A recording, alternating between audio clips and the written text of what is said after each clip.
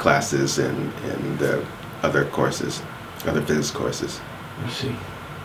And I noticed the absence of equipment and laboratory stuff and needing to network.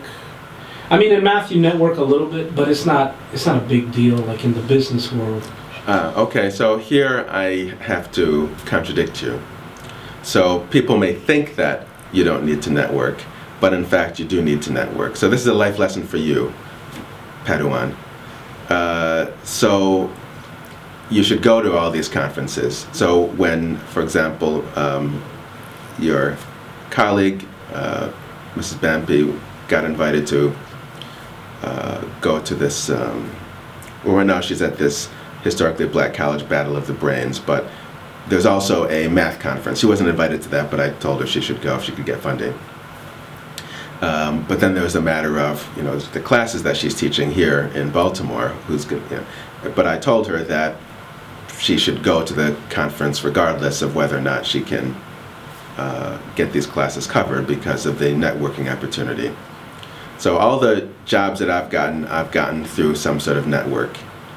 So including my job here at Morgan State University, I got it because I know the chairman. I met him 17, 18 years ago. But every job that I've gotten has been the same.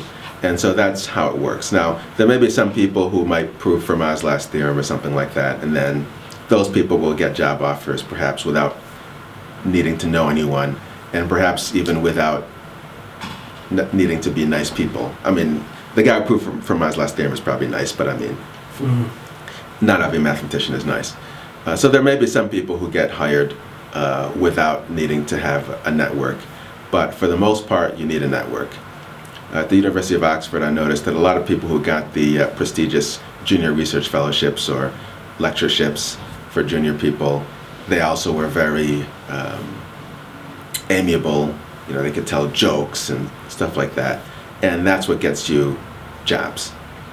So I had actually my same friend Mark Heiser. He came to Oxford one year when I had a Fulbright Distinguished Scholar Award to the United Kingdom, and he wanted. If I remember correctly, I don't think he thought he had a chance. I can probably say this now, since it was 16 years ago. But he didn't think he had a chance, but then I explained to him the culture of Oxford and what he needed to do in order to get that fellowship. And then he did get the fellowship.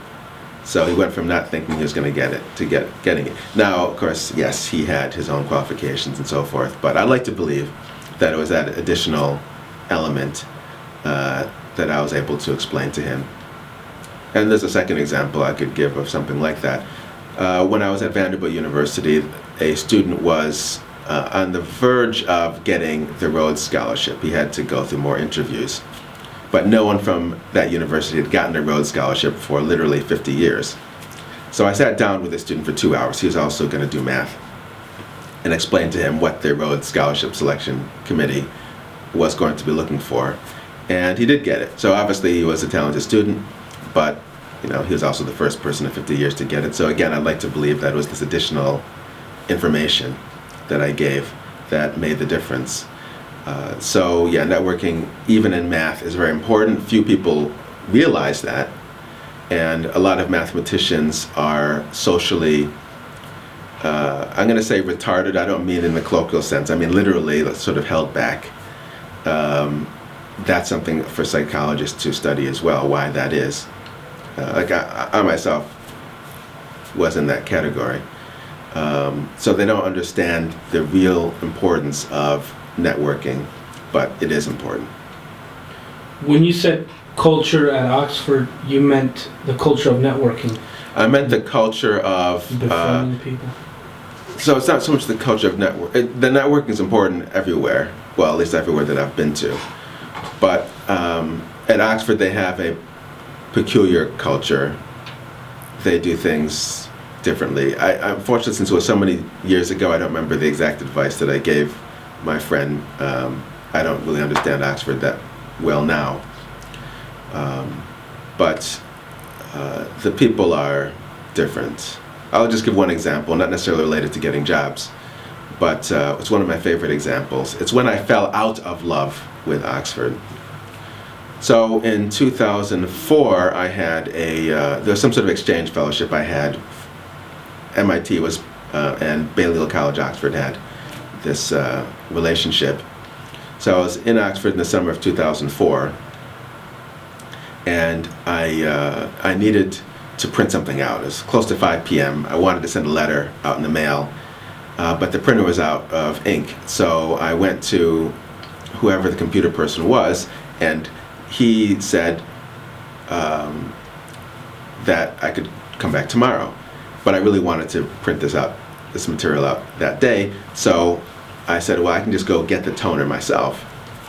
And the man responded, well, it's in a locked cabinet, as if that was the end of the matter. So I went 10 yards back to my computer terminal and emailed, I think, the same person. But this time I put my title in. And then you're going to think I'm exaggerating, but it's not an exaggeration. Literally, within 5 minutes, I had gotten not just one, but 2 apologies, and the toner, in fact, was replaced in the printer. So that's something about Oxford, the way Oxford operates. You're saying they're kind of big on hierarchy? Yes. So they love totally ordered sets, not just partially ordered sets. At Oxford, everyone you deal with is asking, am I better than you, or are you better than me? So they don't just interact with each other as regular human beings. That's what happens in America. I heard that's something that happens throughout all of England. It's probably, I don't want to bash people from the north of England. I think they may be more casual, but I like to use the term the Oxford English, the types of people that you meet at Oxford, or maybe Cambridge, or not maybe, definitely Cambridge University. The way they interact with people is like that. Why did you choose Oxford? So when I was a junior in college, I was wandering through the local bookstore, and I saw a book with a light blue cover called Introduction to Lattices in Order, and I do lattice theory now.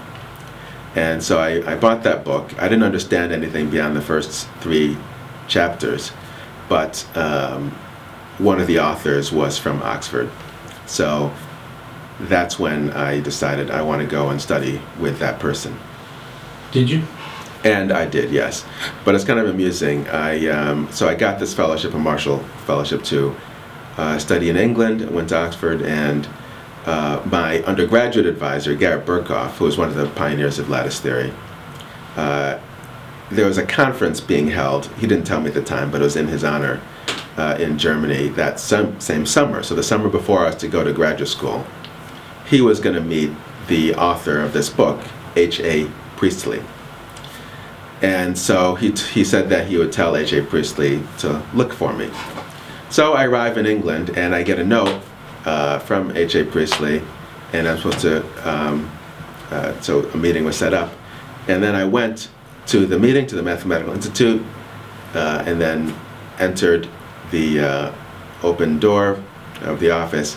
And that was the first time I realized that H.A. Priestley was a woman. Up until that point, I thought that it was a man. But so she then became my doctoral advisor and told me about some very interesting mathematical problems, some of which are still open, such as the problem of proving that the Cartesian product of 2 partially ordered sets with a fixed point property also has the fixed point property. And so that's still open. I see. What was I going to say?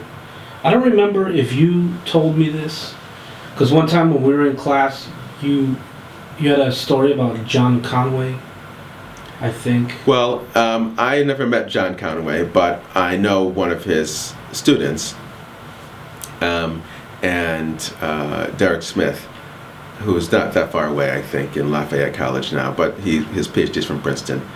And he had some neat results related to another big open problem in combinatorics that has to do with lattices. So there's a particular lattice called LMN. M and N are integers, non-negative integers. And the problem is to prove that LMN has a symmetric chain decomposition. And Derek Smith has a proof by picture that L5N has a symmetric chain decomposition for N odd.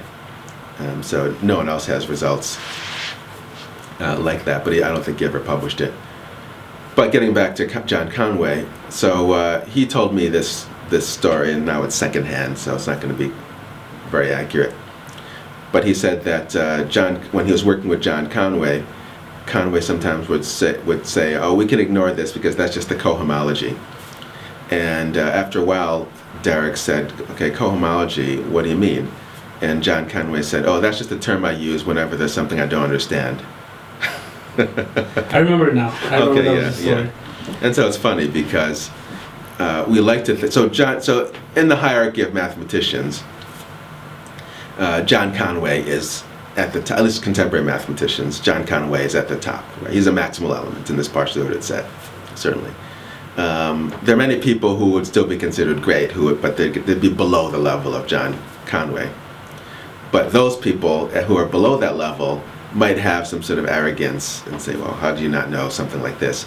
But the truly great people, they don't know everything, and they're happy to say that they don't know everything.